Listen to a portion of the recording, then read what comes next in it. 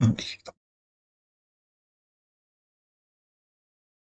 じゃあ配信開始と。これで、Java はやってなくて、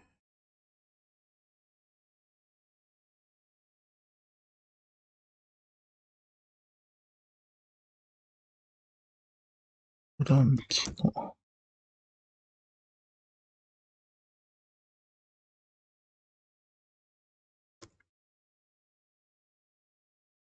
HTML、CSS と。で、モジュール4。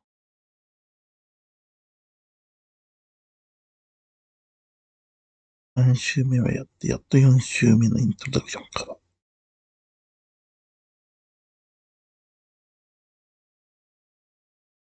Welcome to Module 4。Welcome to Module 4. This module is all about JavaScript, the language.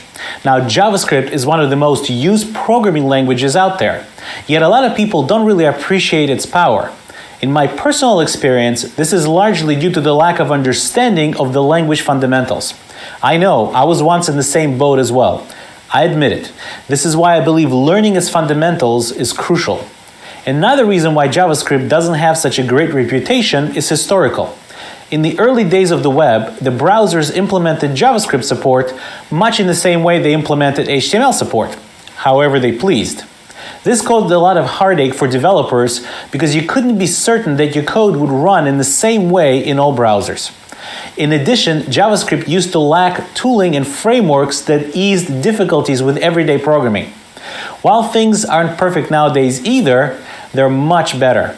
There are quite a number of good editors that support JavaScript development and a hefty number of frameworks and libraries that simplify programming JavaScript today. One word of warning.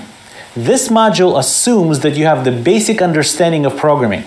If you don't know general concepts like variables, looping, what an if statement is, and so on, you will have a tough time getting through this module. If you fall into this category, I suggest you find and go through a programming basics tutorial first, then come back and finish this module. See you in the module. まあね。これをやってるから大丈夫と。まあ、この終了特徴。じゃあ40。So JavaScript. I'd love.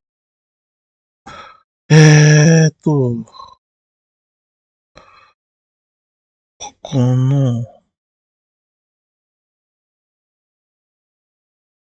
参考資料。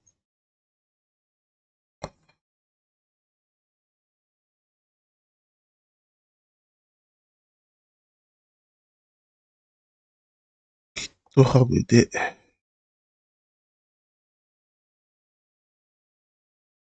これ、3日で用意できるんですけど、よかったな。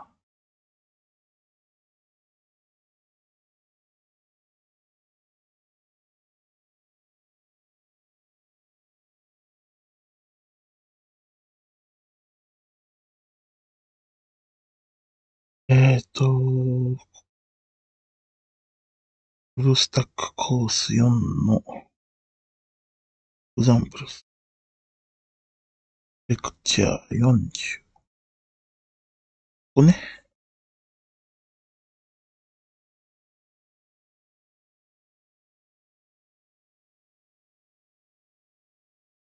何がいいのかはいいけど、まあ、そうだね。じゃあ続き。I'd like to rearrange my workspace a little bit to make it a little bit easier on Sublime. Now, why am I doing that? Well, the reason I'm doing this is because when I am going to be editing JavaScript inside some JavaScript file, or for CSS for that matter at this point, Sublime is going to try to help me autocomplete as I type. The problem is that Sublime at this point thinks that all 40 lectures from beginning to end are part of our project, and every single one of them, as you could see, has some CSS in it. Some of them, when we get to Bootstrap, already have some JavaScript in it as well. So all that is going to be tried to be put into the context and put into memory of Sublime to try to help us out. So that's going to create some slowness. So let's go ahead and redo our workspace and only include the lecture, the particular lecture we're on, in our workspace. Okay, so how do we do that? Well, if we go to the command line and let's go ahead and cd into my lecture 40, there is a command that Sublime comes with, and it works on Windows, Linux, or Mac. And this command allows you to start Sublime in a particular directory. So in this case, I mapped it to the keyword Sublime, and if I say dot, which at this point is the current directory, and open it up, Sublime will open the Sublime. まあ、ここはうちはビジュアルソースコードなんだけど、やってることは一緒。CD、ジョン・ホプキンスの、この、メイク DIR の、モジュール4。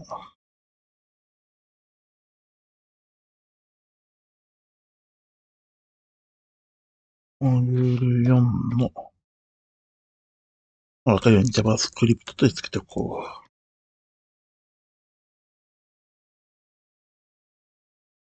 う。で、コードの、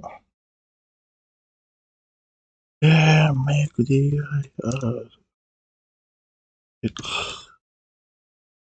チャートやって、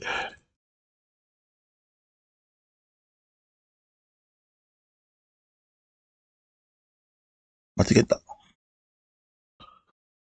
スラッシュ R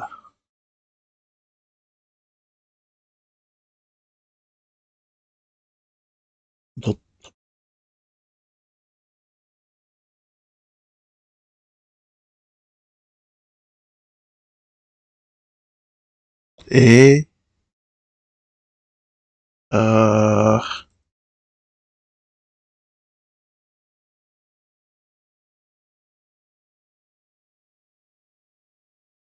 ファイルを一回閉じて、開くのは、ワークスペース、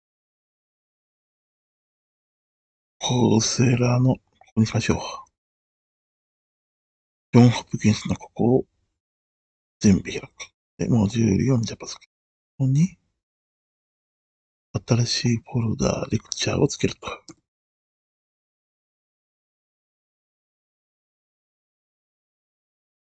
で、さて、そして、レクチャーを消して D や。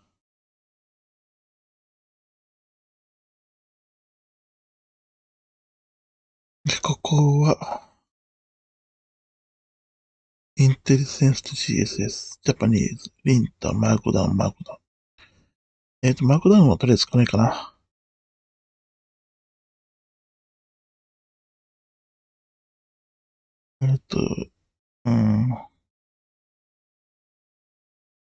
こうにすると。だからマークダウンリントもこうにする。と一緒だったら、すると。これで、続き。Editor, and it will only have that particular folder as its kind of a workspace. So nothing else will be included. So let's go ahead and do that, and I'll rearrange my windows so we could see a little bit better. Now, how, first of all, did I get to this Sublime, or Subble as it's called actually, this command? Well, if we go to the browser, I opened up a couple of links for you, which I'll include right after this lecture, that will allow you to go step by step, and it will explain to you how to set this up so you can actually do this yourself. Again, it works on Mac, which is very similar to Linux, so you can pretty much follow the same directions, except maybe for the folder structure. And on Windows, the same way. This is another link for Windows. You could certainly follow this command line tutorial, so you can open Sublime for whatever directory you want. Okay, so here I am. I rearranged my windows a little bit. So now I am sitting in lecture 40, index.html, and here's our index.html. So we just like before can start browser sync and have the code that we write sync together with the browser, so we won't have to refresh this anymore. So let's go back to our command line, and we are in lecture 40 right here. And as you can see, it's in the examples lecture 40. And let's go ahead and start the browser sync. We'll say browser sync. It's the same command as we did before, start, server, directory, and so on. And we do need star because if we actually go back, you'll see that we have a JS directory. And if we do an ls in that JS directory, you'll see there's a script.js in there. So if we change something in that script.js, we want that to be reflected in the browser as well. So let's go ahead and start our browser sync together with our star. So we'll go ahead and go down directories as well. We'll start it up and we'll go to our browser, and you can see here it loaded up the page but didn't execute the index.html yet. So let's go ahead and click on that, and here's our lecture 40 heading 1. Okay, so what we're actually interested in is not so much the page anymore, is we're interested in the JavaScript that is going to run. And Chrome Developer Tools, which is part of Chrome browser, is a great tool to have and to actually use. So what we're going to do is we're going to do Command-Alt-I, and on Windows, I believe it will be Control-Alt-I. So we'll go ahead and open Chrome Developer Tools, and this is basically where we've been kind of living for the last so many lectures. We've been living in the Elements tab. What we're going to be living from now on, at least for a little while, is in the Console tab. So when we click the Console tab, this is where the JavaScript and the JavaScript messages are going to show up. Now, we don't really need to see this lecture 40 thing all the time, and I do want this window to have a little bit more space. So the way we could do that is by going this ... and actually undock this whole panel. So we'll do that right now. And that's just Windows this panel over here. So what we're going to do is we're going to make it a little bit smaller, and we'll align it just like so. And now we can have our full-blown JavaScript console right in front of us as we write our code. So in this here, in the Sublime text, we could try to make this a little bit more minimized, but what we actually should do is just to close it all together because we know where we are. So at this point, we'll go ahead and open up our script.js and our index.html, and we'll do Command KB or Control KB on Windows, and we'll just close the File Explorer. Okay, so now that we have our development environment the way we want it, in part 2 of this lecture, we're going to speak about where to place JavaScript code. じゃあ、これぐらいまで小さくしましょう。半分ぐらいにしました。さて、Where to place JavaScript code。どこに JavaScript を書きますかって話ですね。Okay, now that we've set up our development environment the way we want, the first thing we should talk about is where do you include your JavaScript? Visual Script Code で、新規に新しいファイル。音量は黄色い部分に触れるぐらいがちょうど良いはずです。了解です。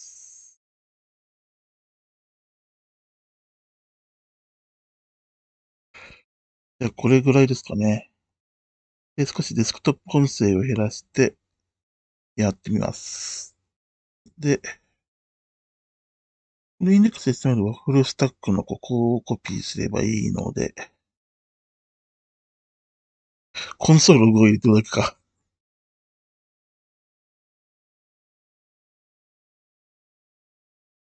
とりあえず、貼り付けで、ラング EN は抜いてきましょ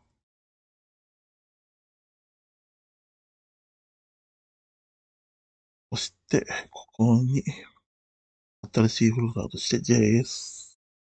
違う、ここじゃない。ここから新しいフォルダ JS を作ってるのか。違う。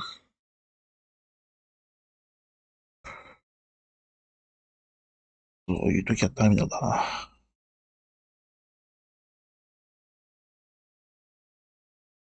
モジュール4のレクチャーに移動して、JS と。だって、これで JS でコンソールで JS に新規でスクリプト JS を作っておくと。こっちは JavaScript をということですね。戻りましょう。Code. Where do you write it? Well, there's essentially a couple of places where you could do that. The first one is you could have a script tag inside the head section. So we could write script, if I could type right now, script, and we could say type equals text JavaScript. Now, the type is technically not required. So if you wanted to, you could basically just avoid it altogether and just have script. And here's our script right now. So this, between the opening script and the closing script tags, you can now write your JavaScript. Another place where you could do that is an external file. So an external file also starts with a script, except it has a source attribute where you could specify an external file. And in this case, it will be script.js because our script is sitting inside js script.js. Now notice that whenever you include an external JavaScript file, you still have to provide the closing script tag. A script tag is one of those tags that always requires a closing script tag, whether or not there is actually a body within the script tag or not. Now, just like CSS, and HTML, JavaScript code is executed sequentially. So it means whatever is inside of this script.js file is going to get executed first, and whatever is inside this script tag is going to get executed second. So let's go ahead and try that out.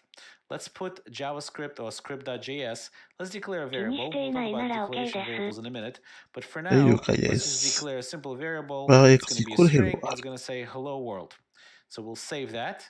We'll go to HTML, and inside the script, we'll go ahead and say console.log, and console.log is something that we're going to be using a lot, and basically that is a function that's available on every single browser except some really old Internet Explorer browsers, where it will log whatever it is you write in between these parentheses, it will log that to our console right here. So let's go ahead and log our X. Since we declared X, and now that I saved the file, our browser sync went ahead and synced the code with the browser, and it immediately said, well, where did this X come from? Well, the X came from script. Since inside script I already defined this X, I am certainly very much welcome to use it outside of it, obviously after it has been defined. And the value hello world is obviously coming into this X because it has been defined already inside the script.js. It's also important to remember that the JavaScript engine inside the browser is a single-threaded engine, which means that as the code in your JavaScript executes, it will execute completely without being interrupted by any other JavaScript code from somewhere outside. So it is not a multi-threaded environment, it's a single-threaded environment. And also, as you could see already, it's a sequential execution, which means JavaScript would execute line by line without jumping and inserting other lines of code from other places. Now, the head section is not the only section where I could define JavaScript. I could define JavaScript in a very similar manner that I defined it in the head. I could define that JavaScript in the body as well. So for example, right before body ends, I could say script and close the script tag, and I can have some code right here. So in this case, we'll say console.log, and we'll say right before body closing tag, given an exclamation point. If I save it now, you'll see that hello world gets executed first, since this is what gets triggered first in the sequential execution of the code. And then you see right before body closing tag message, and that gets executed over here at the end, since it's coming after the other JavaScript code. Likewise, I could really take this entire construct, go ahead and cut it, and paste it right here, right at the end, and it will still have exactly the same effect as before, at least in this case. And if I save it, you'll see that I say hello world because I can include a JavaScript file right in the middle of the body of the HTML page as well. So to summarize, there's a few places where you could actually write your JavaScript code. You could write it inside the head tag, inside the script tag. You could write it outside of the head tag, inside the script tag.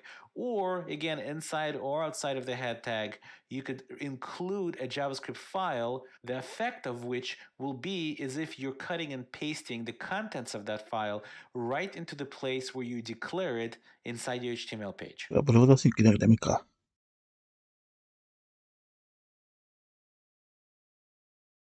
レクチャー41。はい。待ってよ。Okay, so in this lecture, we're going to talk about defining variables, functions, and where these artifacts live, otherwise known as scope. Now, it's fairly straightforward how you define a variable. Variable definitions should always start with the keyword var. Now, notice that no types are declared in JavaScript. And the reason that is because JavaScript is called a dynamically typed language. Now, what that means is that the JavaScript engine figures out the type of a particular variable at runtime.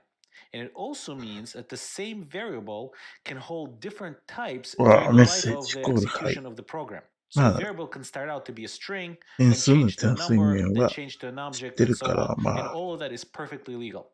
So that's as far as variable definitions. Now, the way you define a function is by using the keyword function followed by function name and followed by parentheses, then curly braces. Now, in JavaScript, when you define a function name, it's very, very similar to defining a variable whose value is a function. So, for example, you could define a function in JavaScript by either using the keyword function followed by the function name, or you could create a variable and set it equal to a function. Now, when you do it the second way, no name is defined after the function keyword. However, either syntax lets you refer to this function as a.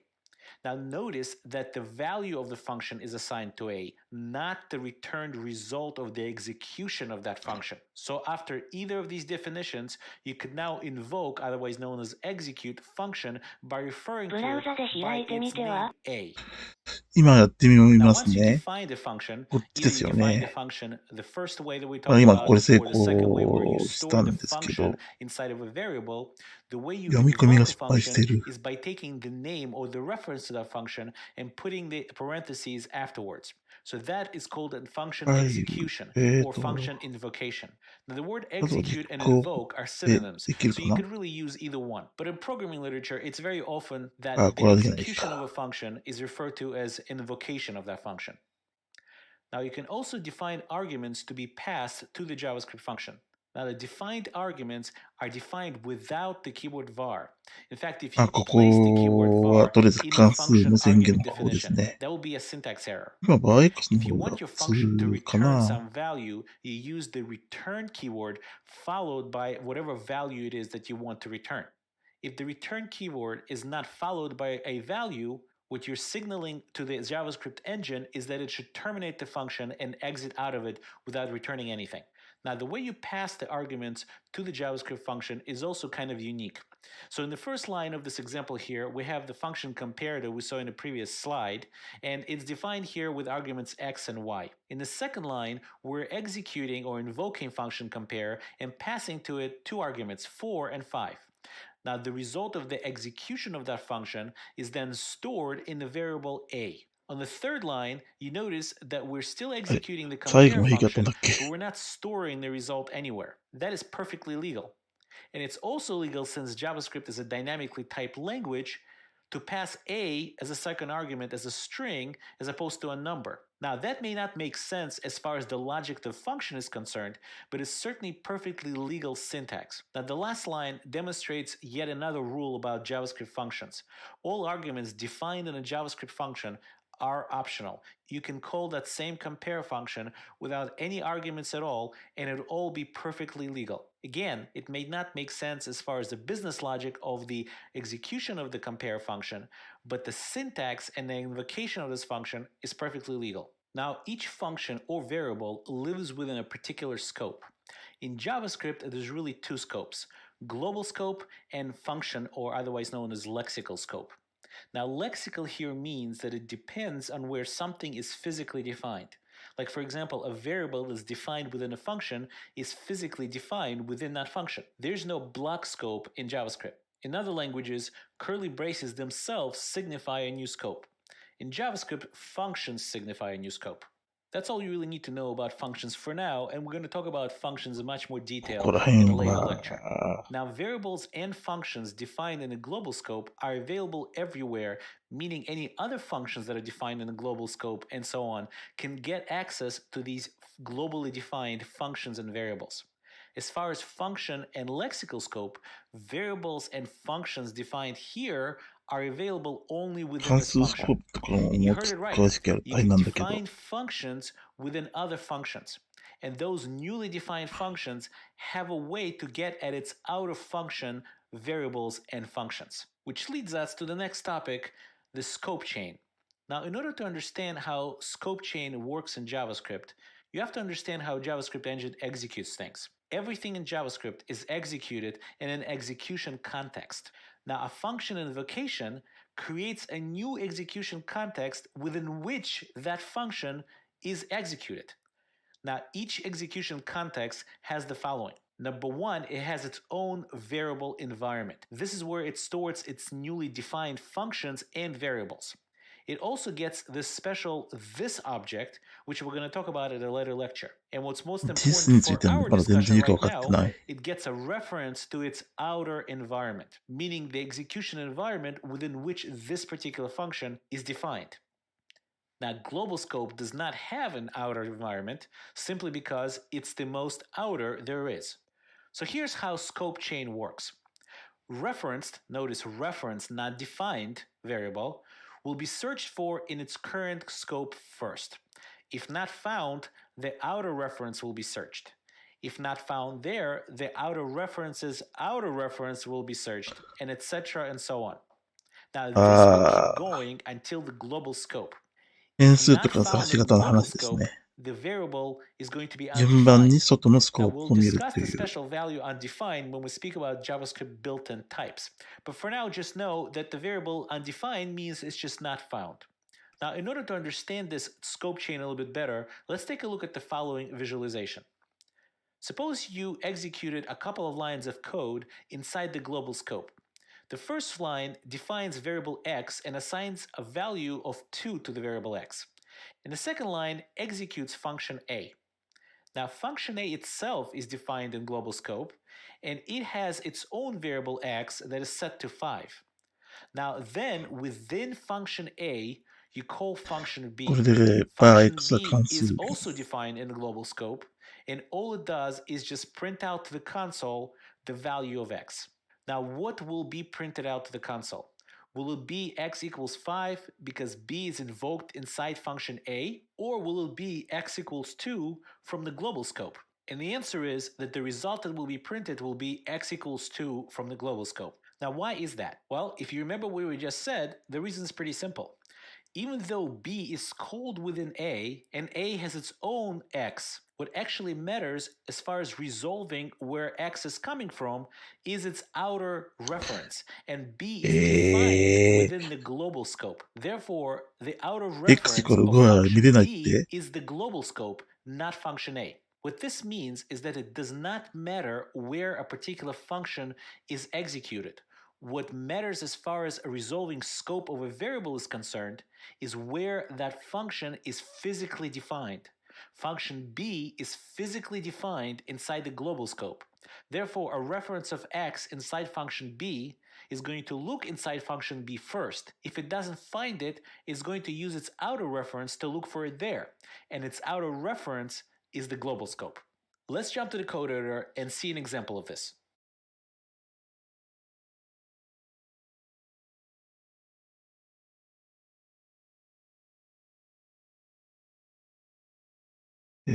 と、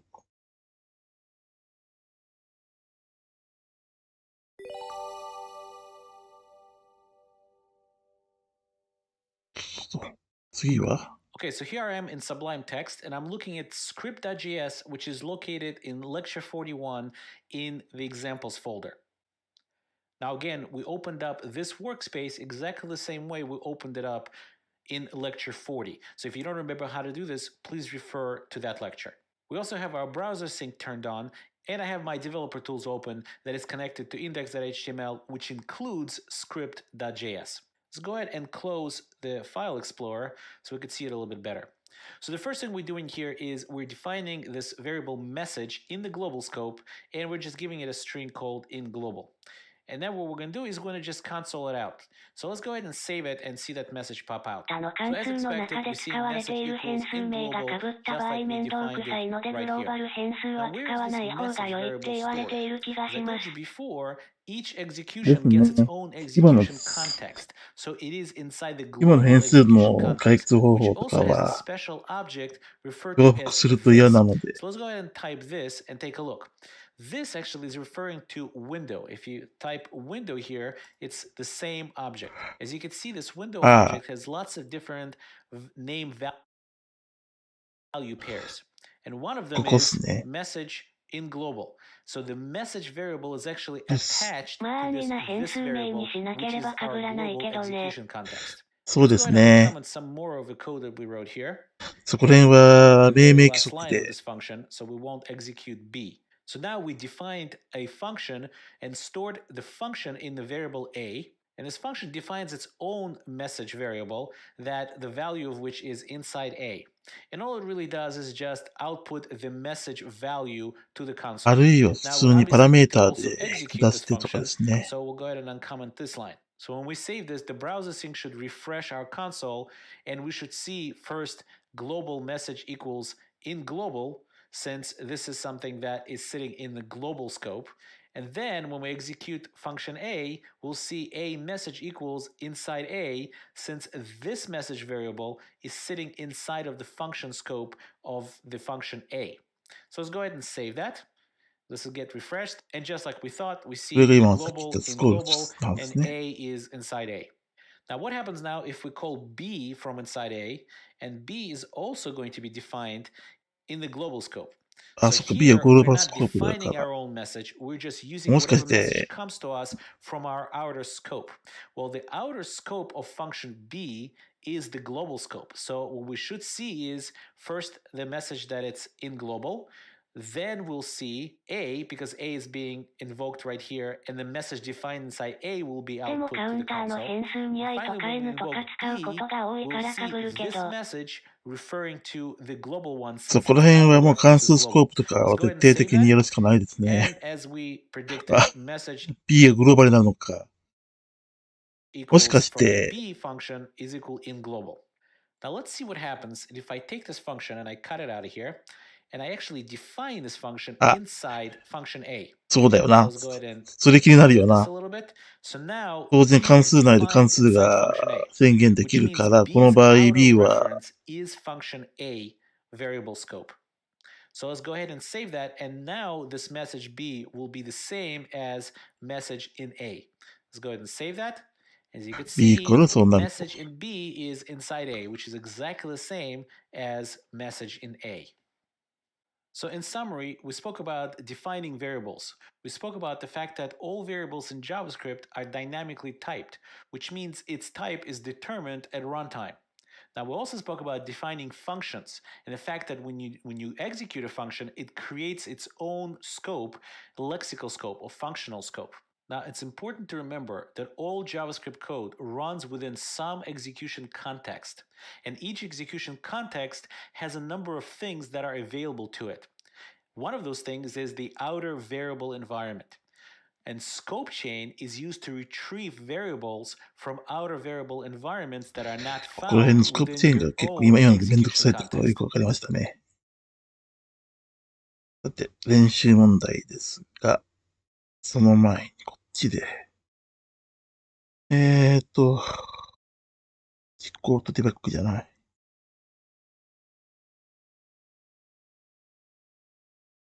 拡張機能で JavaScript 関係を使そう。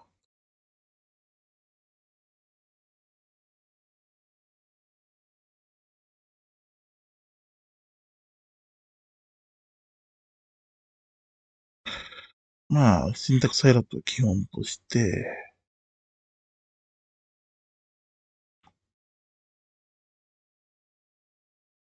ブースター。サスレスまで今の時関係ねえ。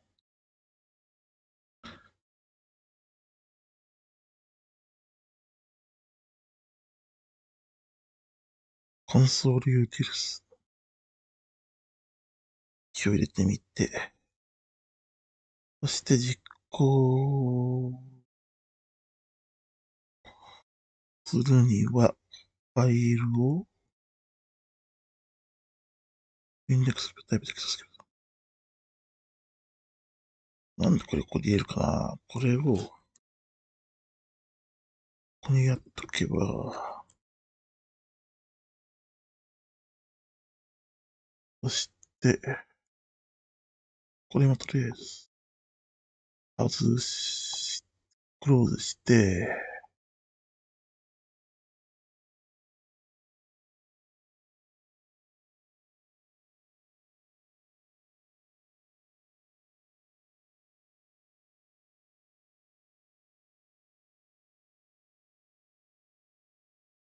はいはい。じゃあ、消しちゃっていいか。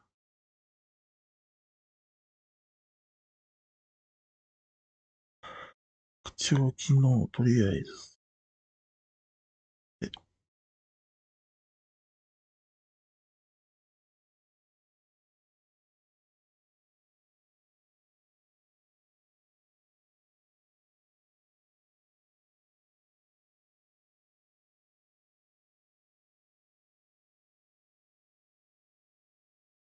で、です。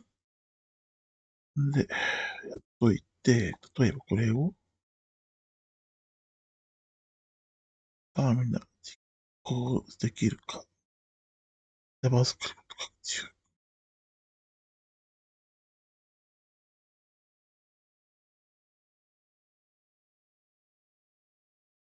ミア出力ここにデバッグコンソール。そうするとここを、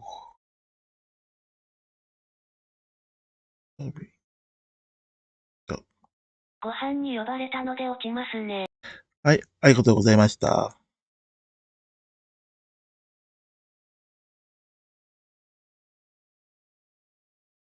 インデックスを、統合ターミナルで、あれえーと、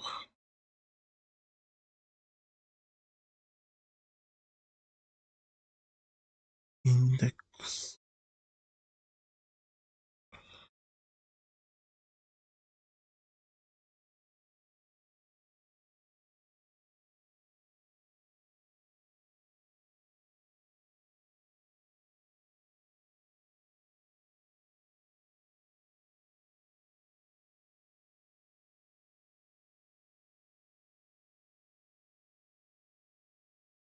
HTML の拡張機能を、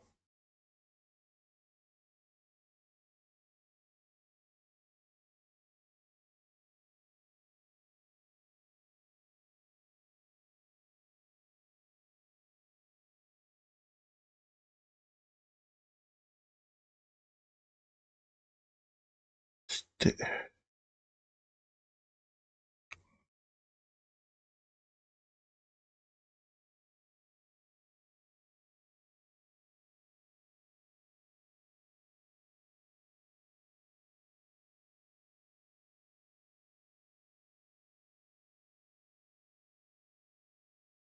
モバイルオープンブラウザープレビュー。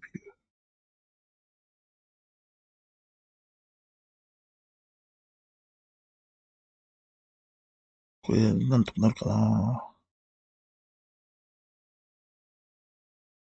インデックス。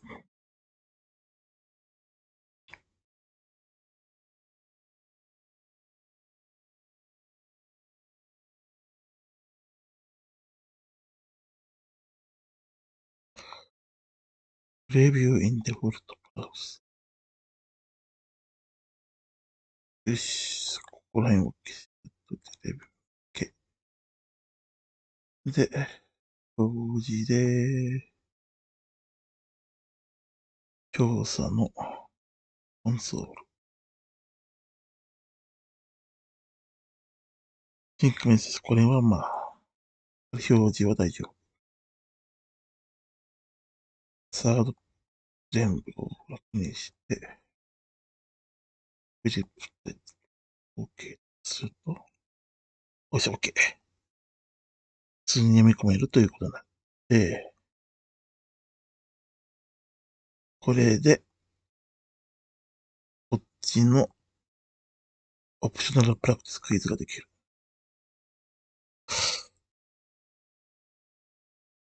シーケンシャリー、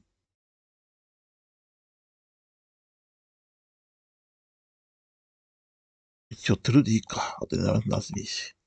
Even the following SM コードスニペット、スクリプトを読み込み、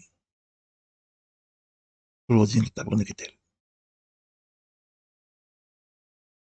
アイデンティティ縛りすばしくコードスニペット X は Excel は、これと、微妙関数は X ファンクションして X を読みます。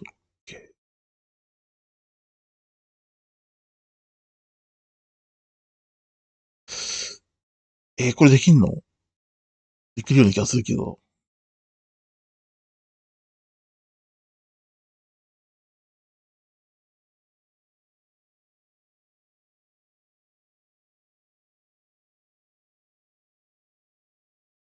X。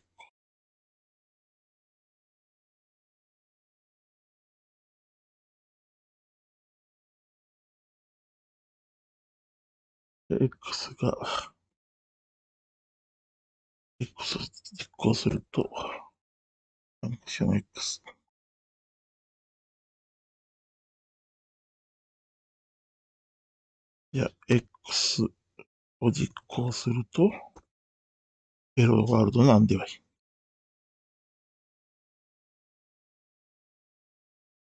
X ヘロー I have a new value。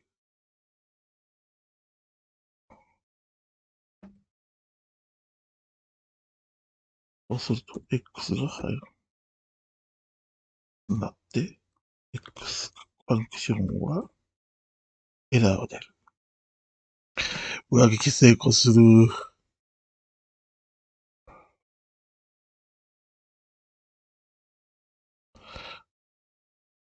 これはダメだな。違う。これで、練習問題を送信と。普通にエグゼキュートシーケンシャルでいいと。42行きましょう。In this lecture, we're going to talk about JavaScript built-in types. Now, first of all, what is a type? A type is a particular data structure. これがタ Now, イプス each クリプトの language defines いる some も入れて built-in types, and JavaScript is no different. Built-in types can be used to build other data structures that you can then... Now, JavaScript has 7 built-in types, 6 primitive, and 1 object type. So what is an object in JavaScript? Well, in JavaScript, an object is nothing more than a collection of name-value pairs. It can have 1 name-value pair, it really can have 0 name-value pairs, but it's a collection of name-value pairs. Let's take a look at a quick example of what that might look like visually. So here I have a person object. It has a bunch of different name value pairs. First name Yaakov, last name い Chaikin, わゆる C social, 段の and so 構 on. 造体 So と first name か、would be the name, だ and から JSON Yaakov だ would な。be the value. And so too, a value doesn't necessarily have to be a single value. It could be a nested object. So a name here, for example, is social, the name of the property of the object, and the value of that property is an entire other object that has, again, name value pairs. So that's object type. What about primitives? Well, primitive type is a type that represents a single immutable value. So what does it mean? A single value means it's not an object. Remember that object is a collection of name value pairs. Even simplest object there is a name and value pair. Well, the very simplest one has 0 name value pairs, but the very simplest one that has some data in it is a name value pair. It's not a single value. Now, what does immutable mean? Well, immutable means once it's set, once that value is set, it cannot be changed. It means that once you set it, the value of that variable becomes 一 read-only. 回使われてし You ま can うこと certainly か。 create another value based on the existing value, but the memory space that was allocated for the first value is not changed. Instead, you create a new memory space for the new value. So let me run down one by one イミ of ター all the だからそうなって primitive るね。 types that JavaScript defines. First of all, Boolean. Well, Boolean can only have two values, either true or false, and true and false are reserved keywords in JavaScript language. Now, if you've ever done any programming at all, and this course assumes that you have, you should be very familiar with this type. Enough said, really. Another type is called undefined. The Undefined も undefined そうタイプ data 入る type か。 signifies that no value has ever been set on this particular variable of this type. This is the value that every variable gets when the JavaScript engine sets up the variable in memory when it's defined but has never been assigned any value yet. And it can only have one value, and it's a reserved keyword undefined. Now, you can set a variable to the keyword undefined yourself manually, but you should never ever do that. And the reason is because its meaning is that it's never been defined. So defining it and then setting it to undefined is really counter to its core meaning. If you ignore this advice and explicitly in your code set a variable to the value of undefined, it will create tremendous confusion in your code, and confusion in code is never a good thing. Another value that the JavaScript language defines is null. Null signifies the lack of value. Now, the lack of value, as opposed to undefined, which signifies the lack of definition. There's only one value you could ever set for that type, and that value is the reserved keyword null. And it's also perfectly normal and perfectly okay to explicitly in your code set a variable to the null value. Another type is number. Well, number is actually the only numeric type in JavaScript, and it's always represented under the hood as a double precision 64-bit floating point. In other words, JavaScript does not have integer type. Integers in JavaScript are just a subset of doubles instead of a separate data type. Another data type is string. And string in JavaScript is very similar to the string type in other languages in that it is a sequence of characters used to represent text. And you could define strings either using single or double quotes. Either one is 100% legal. The last primitive type that I'll mention is symbol. Now, we're not really going to cover this data type in this class. And the reason is that it's new to the ES6, otherwise known as ECMAScript 6. Now, ECMAScript 6 was released in 2015, around mid-2015, and it just isn't widely supported or really used yet. It will probably become quite popular in the next number of years, but it's not there yet, so we're going to skip it for this course. Okay, so time to go to the code editor and see some examples.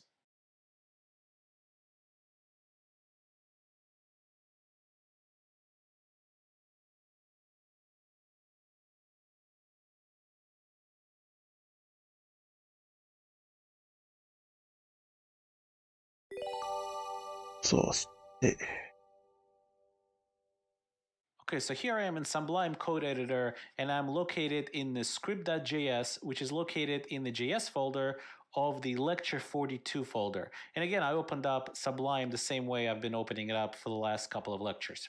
Let's go ahead and close the file browser, and let's take a look as to what we have over here. So here we define a variable x, and then we print it out straight to the console. Let's go ahead and do that by saving the file. And as we can see, the value of the variable x is undefined. Well, the reason it's undefined is because it's never been set to anything. So if in the next line I say x equals 5 and save it again, the value will be 5. Okay, so let's go ahead and erase that for a second. And let's uncomment this line of code right here. So this line of code directly tests whether or not x is actually equal to undefined. And if it is, we'll go ahead and print out the console x is undefined. Save this and see what the console says. And sure enough, x is undefined.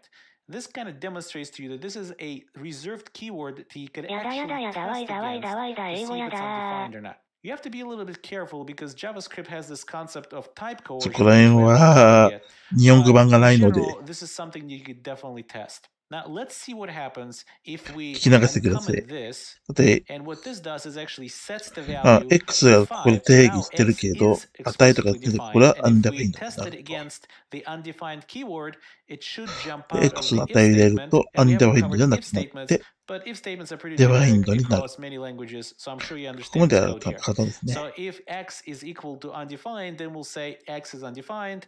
Otherwise, else, we'll just say X has been defined. So what is it going to do? It first should tell us X is undefined, and then it should jump and tell us X has been defined. Let's go ahead and save that. So we get our undefined, X is now 実行 undefined, する and と、 X has been defined. 値を入 Okay, れ so た all の this で、is well X が and デ good. ファインドに Let's な go る ahead と。 and comment this out for a minute. And let's do this. Let's comment out the actual definition of X. If we comment out the actual definition of X, and let's try to print out X. And if we go ahead and save that, エラー出る we're だ going ろ to get an error. And the error message is a little bit confusing. It says uncaught reference error, X is not defined. Well, what is this a joke? We just said that X is undefined. So is undefined not the same as not defined? And that is correct. Undefined in JavaScript has a specific meaning. And the meaning of it is that it has been declared or defined, so to speak, but it has not been この set 場合 to は any X value. 抜けてるから、 So in this case, the variable has been declared and a memory space has been allocated for it, but no value has been placed in that memory space. That's the state that assigns this variable to be a type of undefined. So now if I 前 save に that, X を now it will tell me that the 宣 variable is 言して actually 宣言しないかで undefined. エラーが出るかどうか So 変わ to るよと。 summarize, JavaScript defines 7 built-in types, 1 object and 6 primitives. Now, object type is a collection of name-value pairs. It is nothing more than that in JavaScript. A primitive type can only contain a single immutable value, and remember that immutable means that once you set it, it cannot be changed. You could create new values based on this value, but you cannot change the original value anymore. Now, there's a particularly interesting type called undefined among the primitives. And undefined means variable memory has been allocated, but no value has ever been explicitly set yet. アンディファイン And ド it's は変数 important を to 使うと distinguish 宣言し between たけれ that and ど the、variable has never been defined, まだ in デー which タは入 case っ if てい you ま try せ to ん。 use it, you're going to get a reference error, and it will be a real error that will pop out in your browser console.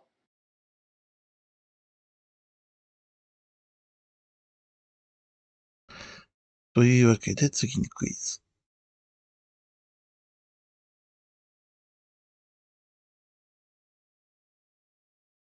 オプショナルプラクティス。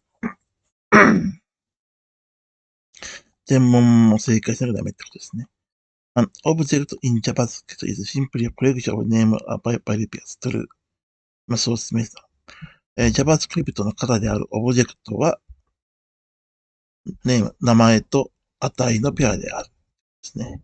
In JavaScript, a primitive type can store only one named value pair at a time. One immutable value だ。じゃないか。ということで、ネームはなくて値だけなので、これは false。送信と。レクチャー43。So in this lecture, we're going to speak about common language constructs. And these are the things that you pretty much do in any language, but we're going to look at how you get them done in JavaScript.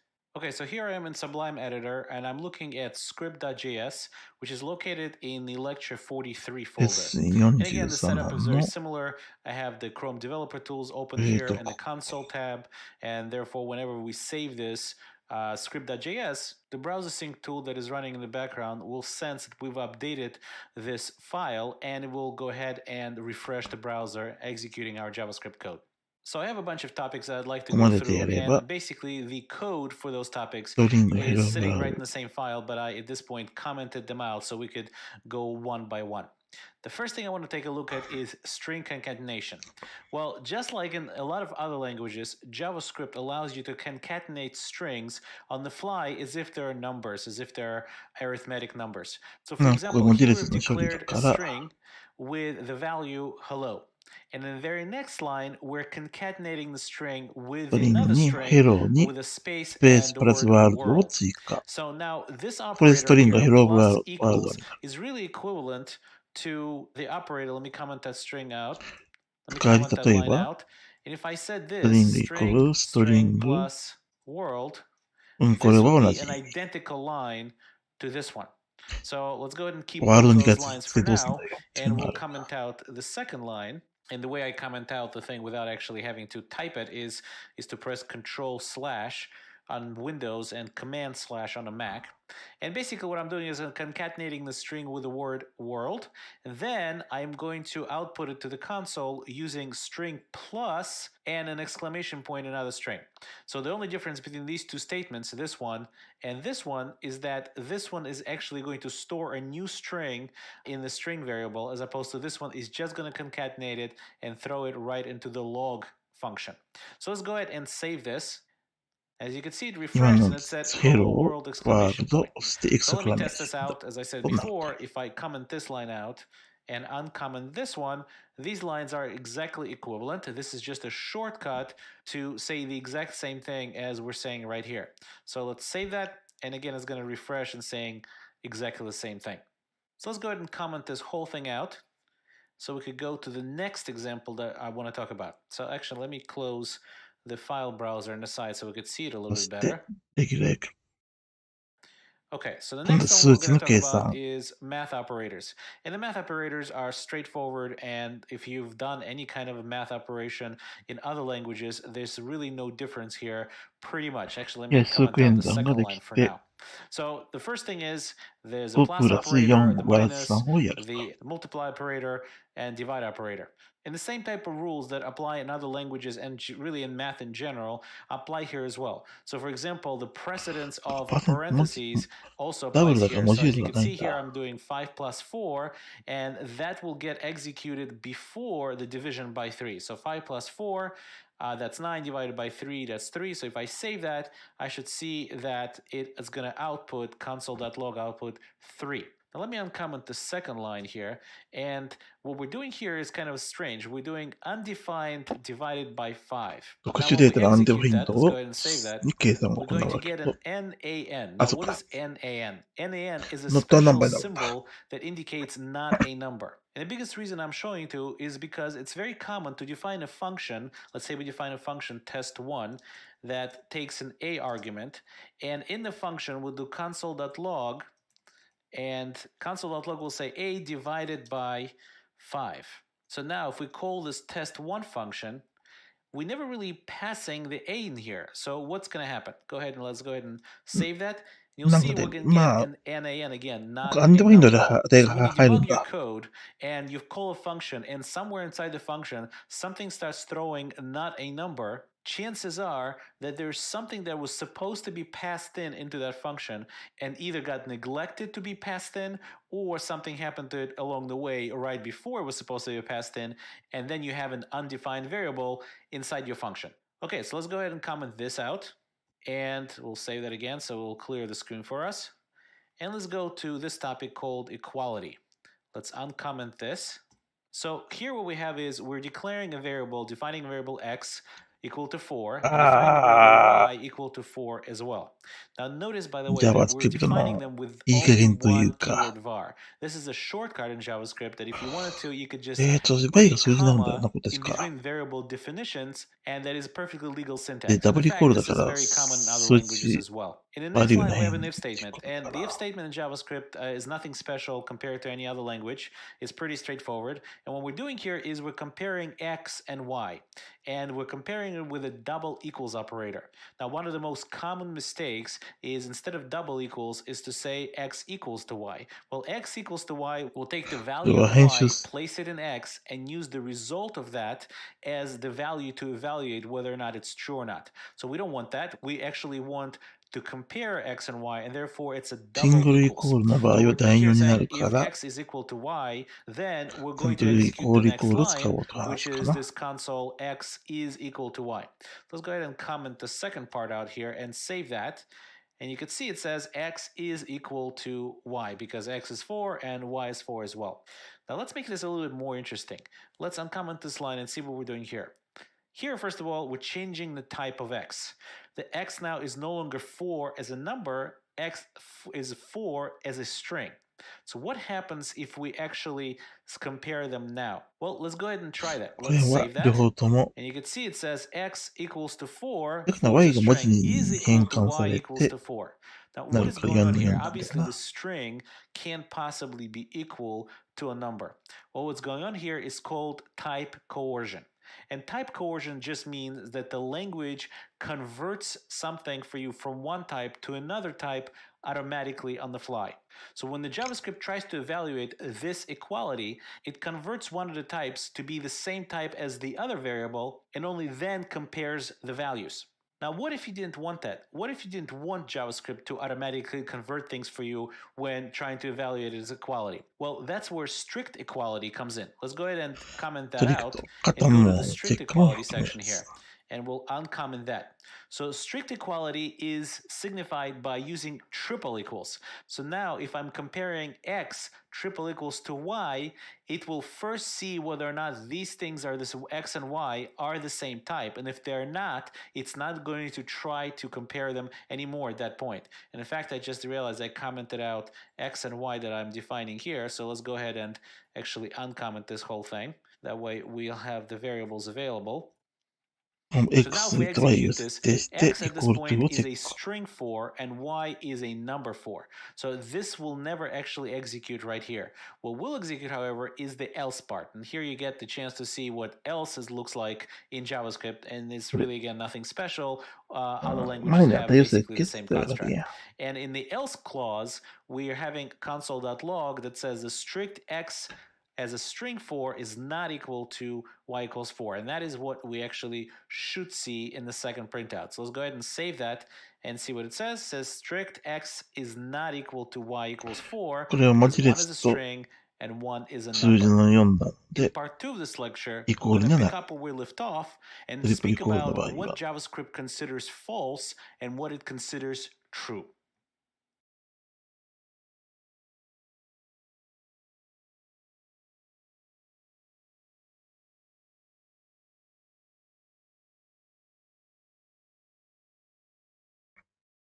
コマンドランゲージコンストラクツ。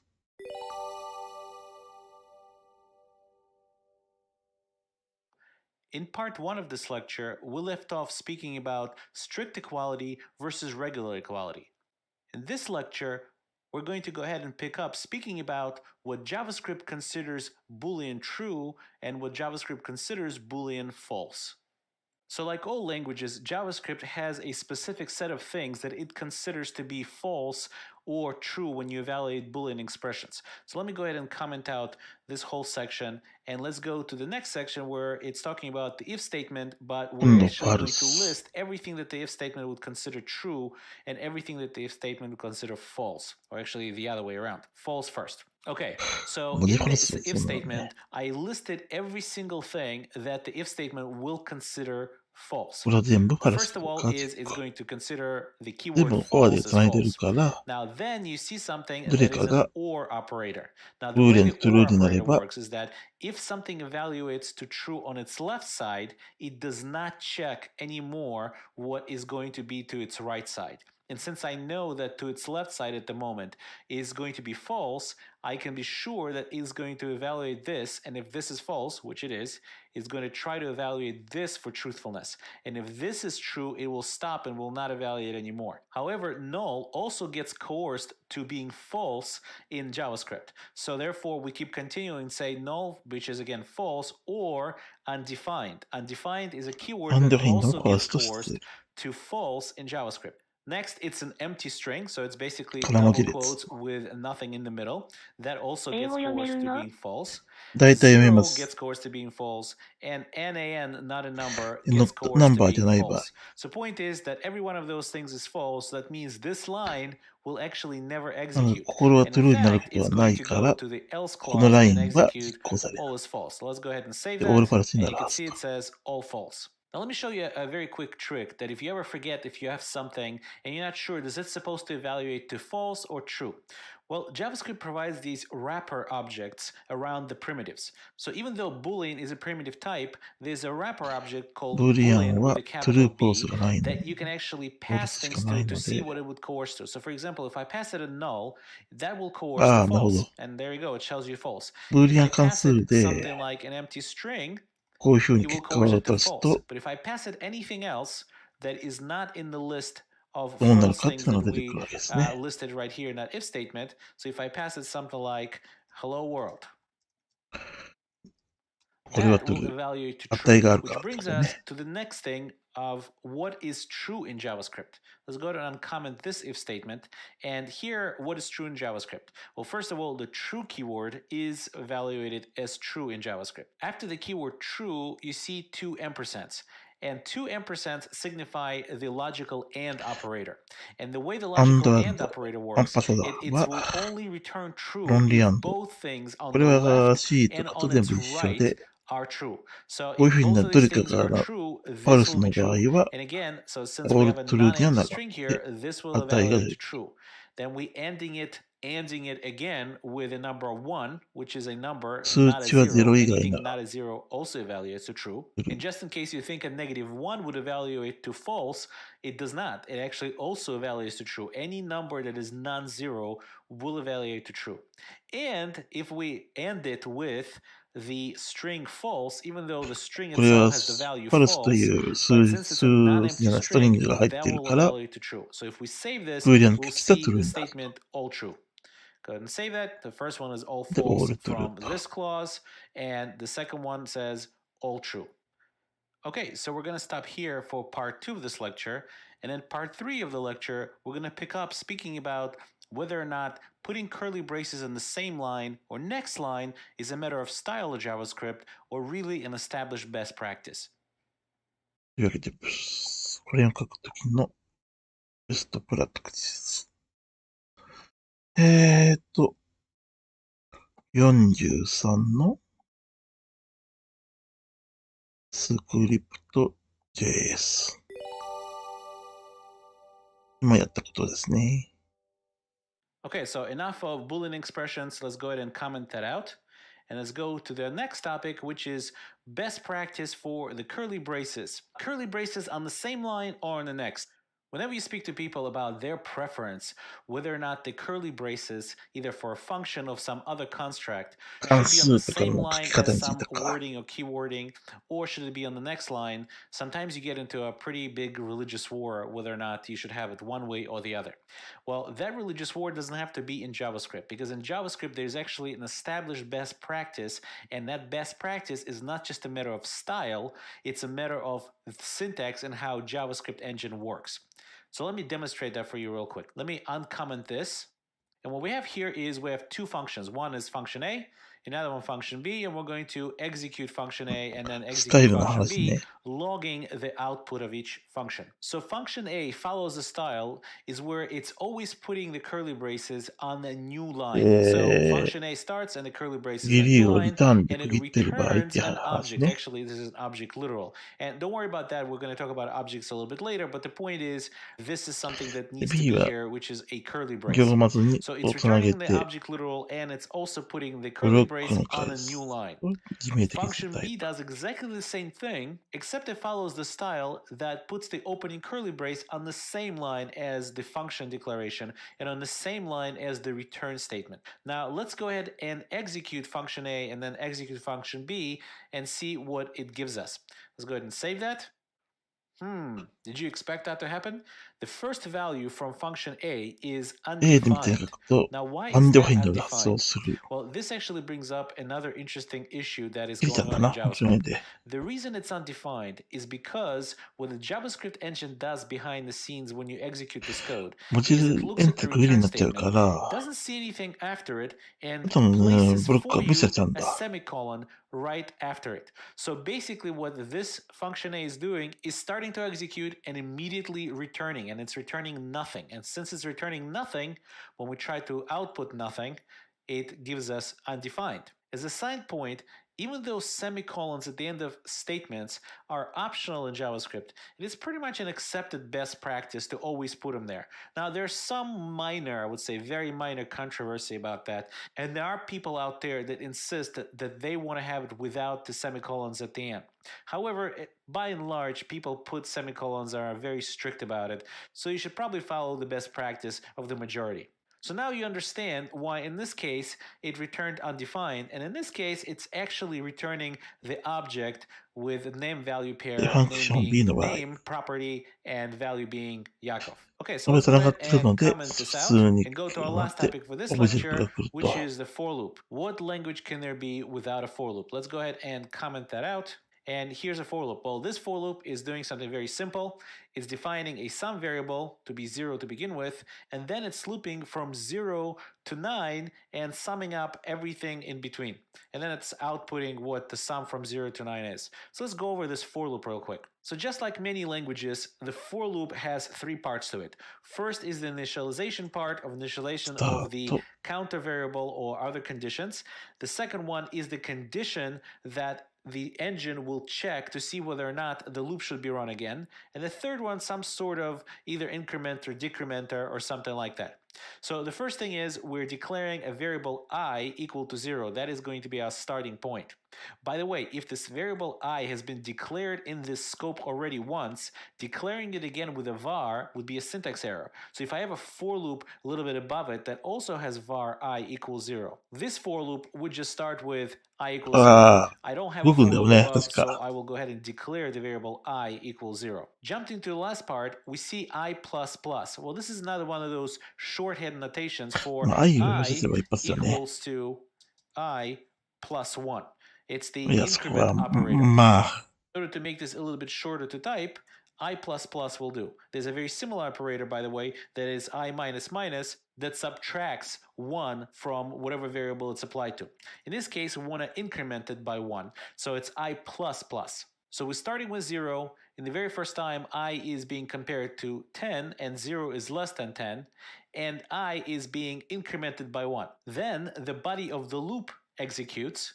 And after that, when we hit the curly brace, it comes right back, increments I by 1, and then checks it again. Is I, in this case, 1 less than 10? We'll go again and again and again until I reaches 9, in which case it will go ahead and execute the loop one more time, increment I to become 10, and 10 is not less than 10, and it will go ahead and exit the loop and output this line for us. So let's actually go ahead and put a console.log in here, and we'll output I as the loop keeps going. So let's go ahead and save that and take a look at the result. So as you can see, it's going all the way from 0 to 9, and the sum of 0 through 9 is 45. So we went over quite a bit in this lecture, so let's quickly summarize. We went over the string concatenation, and we went over math operations and how the typical precedent rules applies there just like it would apply in pretty much all the other languages. And if you want to know more about it, there's certainly much more to learn about it. You could go to the Mozilla Developer Network and delve deeper into that documentation.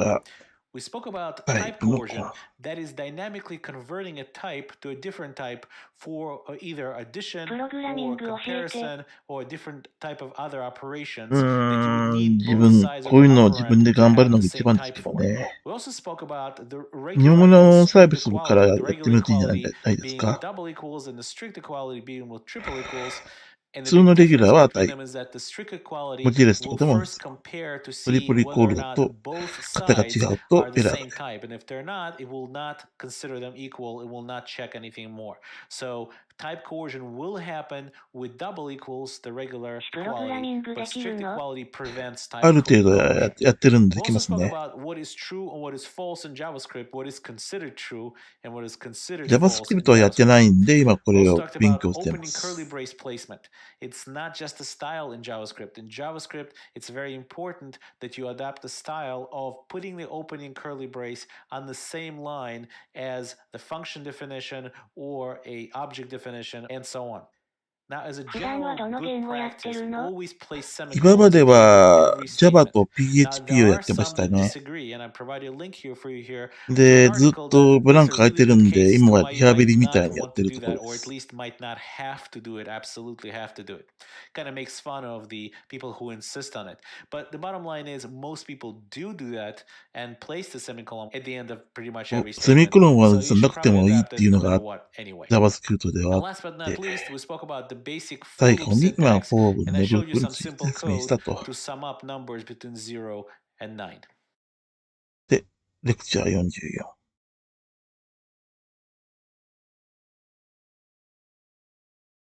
レクチャー44は、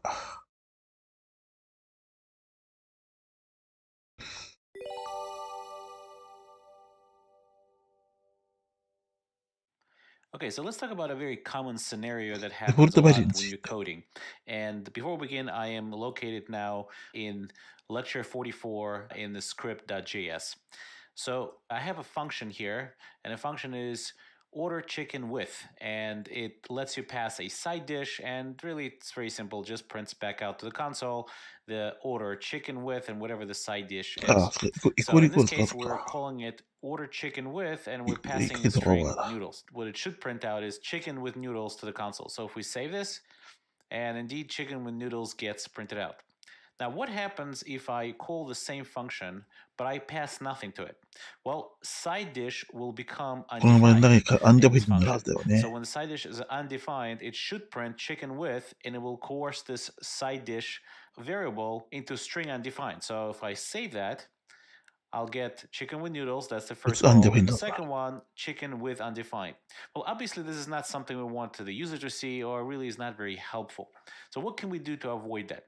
Well, we could create a default value that if the value for side dish is not provided, we could substitute it with that value. So let's go ahead and do that. The simplest way of doing that is just to create an if statement. So we'll say if side dish is equal, and we can do triple equal, to undefined, and we'll go ahead and say that our side dish is equals to the string noodles. There we go, it's already sitting there. Okay, so now when I save this, the second time it calls, it will say noodles. In fact, actually, let's change that to, let's say, side dish with whatever. Okay, so now when I call it without any arguments, it will see that the side dish is undefined, and it will print out chicken with whatever. Let's go ahead and save that. And there you go, so chicken with whatever. Now, this is all nice and well, but the thing is, this is a little bit too verbose, and JavaScript has a shortcut way of doing the same thing. And let me go ahead and code that for you now. So what you could do instead is you could say side dish is equal to side dish or whatever, the string whatever. Now, so how is that working? First of all, let's see if it's working, right? So let's save that, and it still says chicken with whatever. So how is this working? Well, the reason this is working is because each and one of these values is getting coerced into a Boolean value. And we spoke about coercion before. So when we make the second call without any arguments, the side dish here, this variable, is undefined. So undefined right here gets coerced into a Boolean and becomes false. So if it's false, or the second statement will get evaluated. And the second statement, since it is a non-empty string, gets evaluated to true. And what the or statement does in this circumstance is actually returns the value before it was coerced. So what it actually returns to side dish here is the string whatever exclamation point. Well, let's go check that out in the console. So we have this wrapper class called Boolean, and we could say, okay, what happens if you do true? In fact, forget that. We'll just do true or false. If we do true or false, it will say true. What happens if we do empty string or true? It will say true. But what happens if we say hello or empty string? It will say hello. So it will return whatever coerces to true first. So here we really got to evaluate the empty string. So if we reverse that, we'll still get hello. we'll still get hello, this hello. And the reason this never got evaluated is since this つま evaluated りこれ itself これ大事なの true, は、the or statement no longer has to evaluate ブ anything ルー else トゥルーの時の because the or 話が見た statement 方がいいんだけ by どな。 its definition says if the first thing it sees is true, it is no reason to evaluate anything else because it's an or, right? It's either this is true or this is true. Well, once you know this one is true, then it no longer matters what anything else is coming behind it. So this is one way to set up a very quick default value type of scenario. And if you open up professional code of jQuery library or any professional libraries out there, or really any professional JavaScript code, you will see this construct quite a bit. So I wanted to make sure to cover it here, so if you ever see this code kind of in action, you won't be confused as to what it's trying to accomplish. ここは、アンドルなの。やつと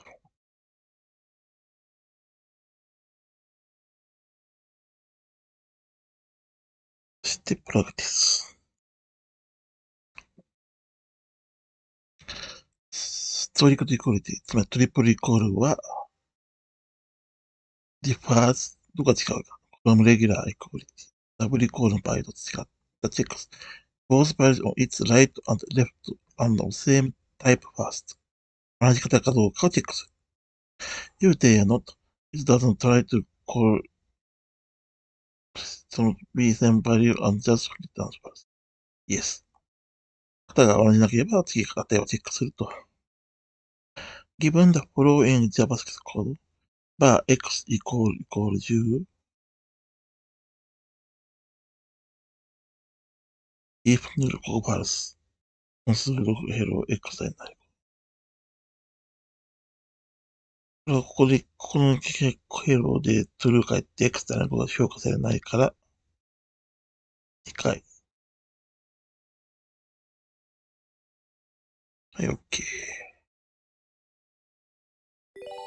さあ、次はオブジェクトとファンクションについて。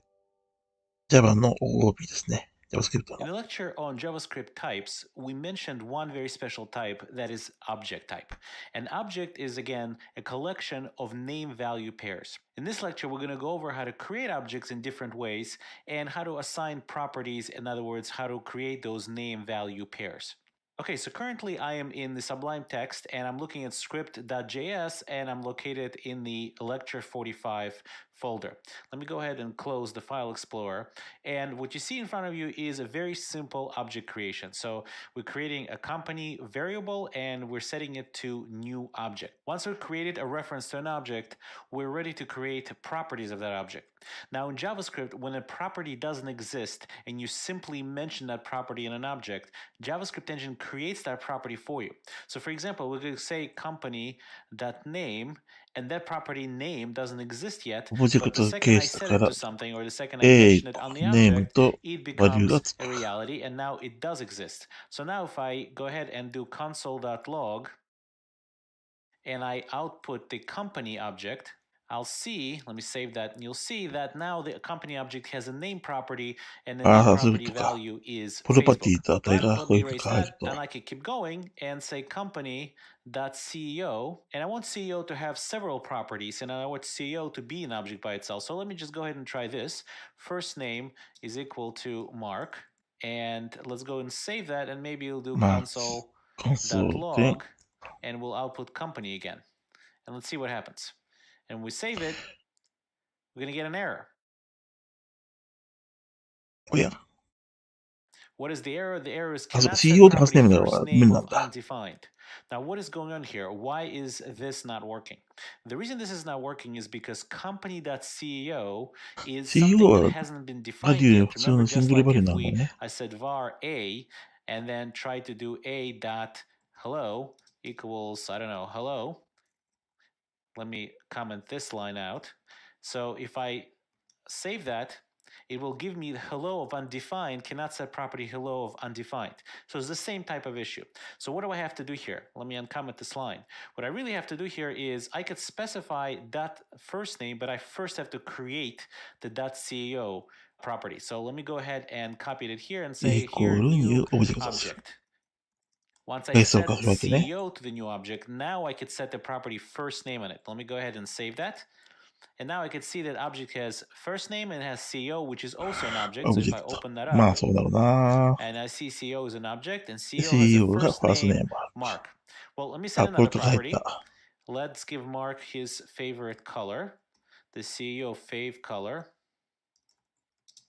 I'll give it blue since Facebook is blue, and we'll print it out again to the screen. So now we have CEO fave color and first name. And just like I set the properties with a dot notation, I could certainly get at the property with a dot notation. So for example, let me do another console.log, and I could say that, let's say company CEO name is, and put a space, and I'll do string concatenation.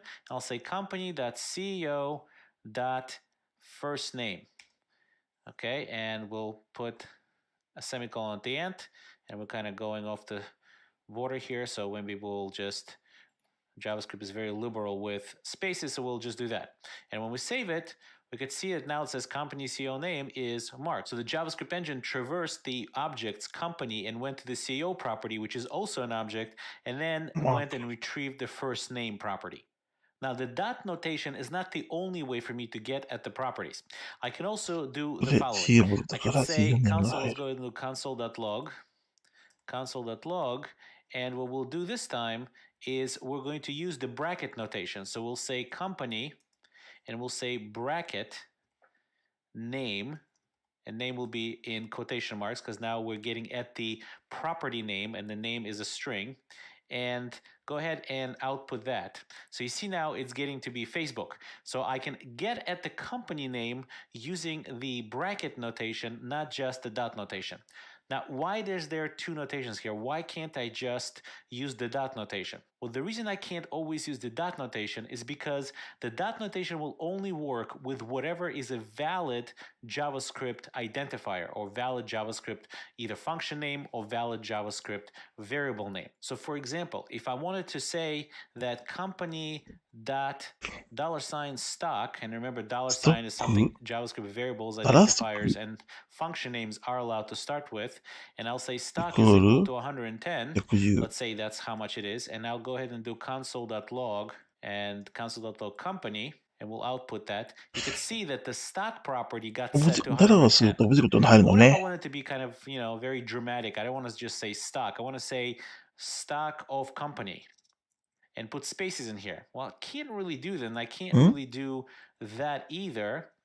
That wouldn't work either. However, what would work is instead of the dot notation, I'll put it in the brackets notation.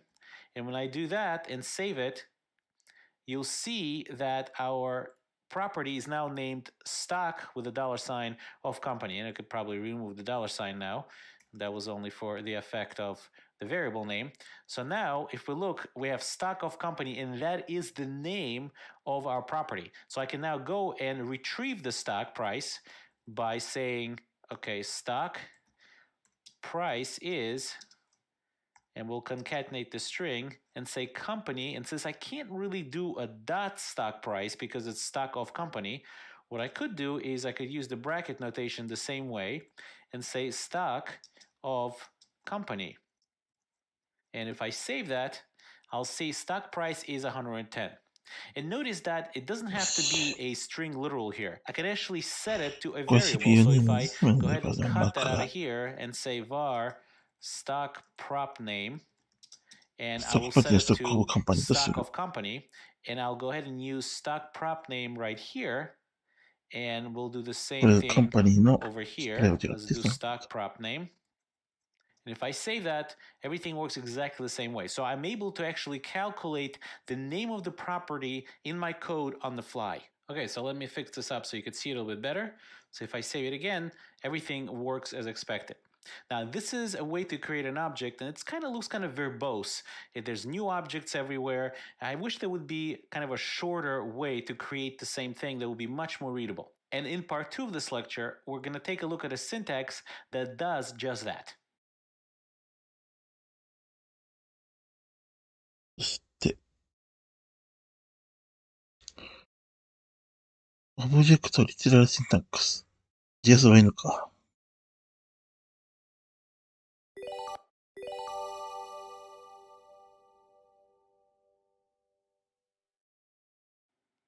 Okay, so I'm located still in その script.js, 一つ which 一 is つ順番 located に入 in れたの lecture を、 45 folder.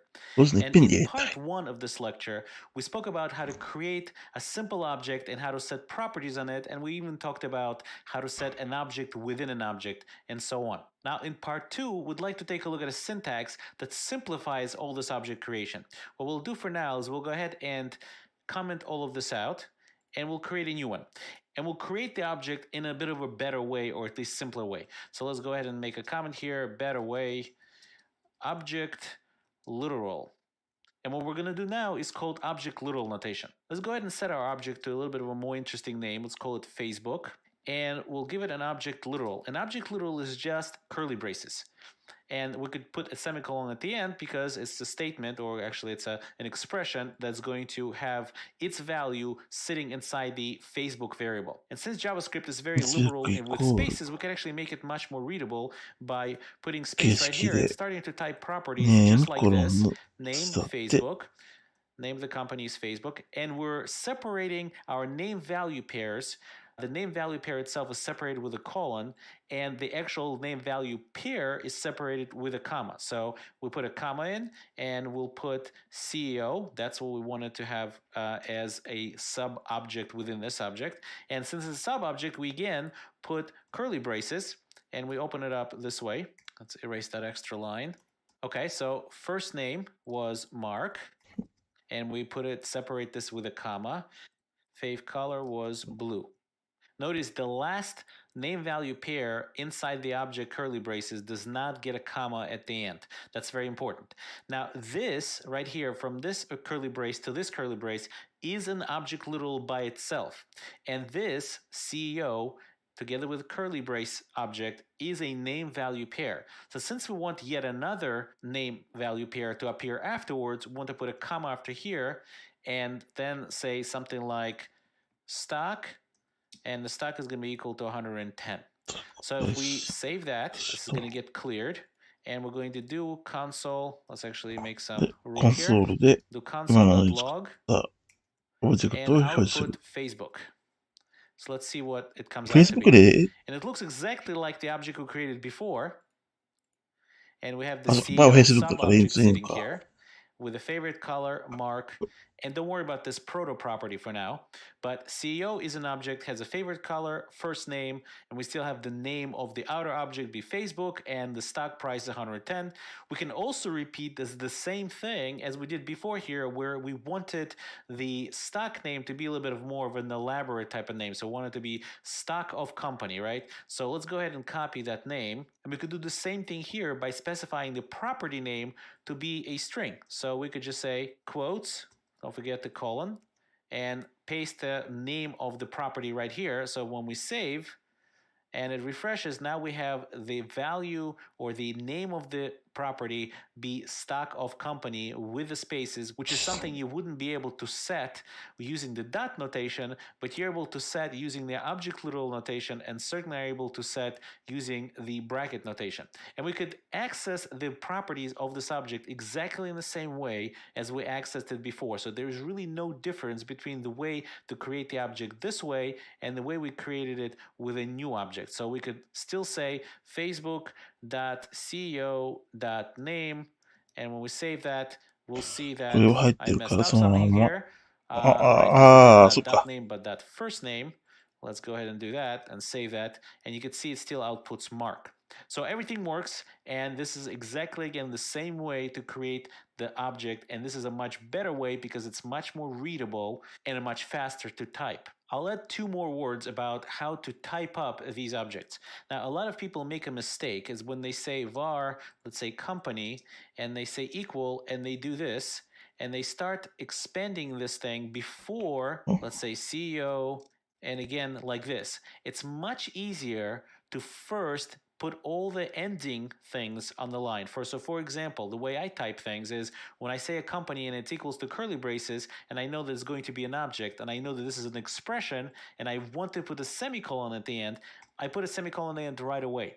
So that way, when I put my cursor in between the curly braces and just put a space, now the syntax doesn't look as bad because it's much easier for me to type. So when I say CEO again, and I put two curly braces right here, and I know there's going to be a second property after this, I will put a comma right here and then say stock of company, something like おいお this, い。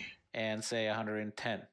So that way, when 当 I ては get し to たけど、 here and I put あ a と new は line スペースが here, な。 I'm not really worried anymore to try to remember what is this curly brace closing. Do I need a comma here? Maybe there's another sub-object in here. So it's much easier to put all the ending characters to your programming line up front instead of wait till the end and try to match them up later. So that's just a little quick tip for you to know going forward. Okay, so we have our two ways of create the objects. One way is using the object, the new object syntax, and the other one is what's called object まあ、 control. 普通に下のイコール使うよねっていうやつだな。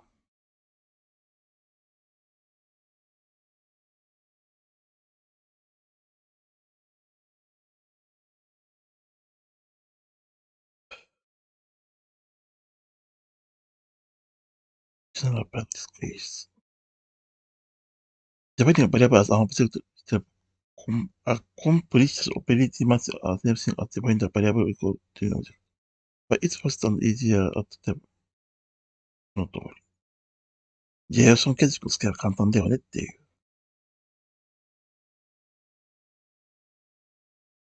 で、靴は40、Function Explained。 Okay, so now that we spoke about objects, it's time to speak about what functions really are underneath in JavaScript. I'm located in script.js, and that is sitting inside the lecture 46 folder. Let me close the file browser here, and let's take a look at a very simple function. Here, a function multiply, and it takes two arguments, x and y, and it returns just a multiplication of x and y. So the first thing I want you to know is that functions in JavaScript are what's called first-class data types. What that means is that whatever you could do with a variable, whatever you could do with an object, you could also do with a function. You could pass it around, assign it to a variable, which is you've seen before. You could pass it as an argument to another function. You could return it as a return result from a function. Functions in JavaScript are objects. They are regular objects that 次の have よ some うに special 関 properties 数 to を them. 宣言する So と since 関 they're 数を regular 分離 objects, して表さ I れる。 should be able to set properties on them just like I set properties on any other object. So for example, here's I have a function called multiply, and let's test that it works. Let's do multiply, let's say 5 to 3, multiply 5 by 3. And if we save that, we'll see that, I forgot to console it out. Let's console.log multiply 5 by 3.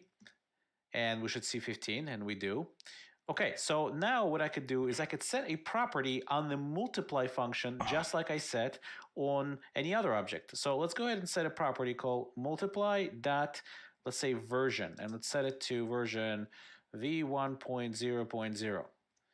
Okay, and let's go ahead and console.log, and let's console.log the actual function multiply. So we're not actually calling the function. If we call the function, we would have to put the parentheses after it. But we actually just want to output the value of the function. Let's go ahead and output the value of the function. Let's save that.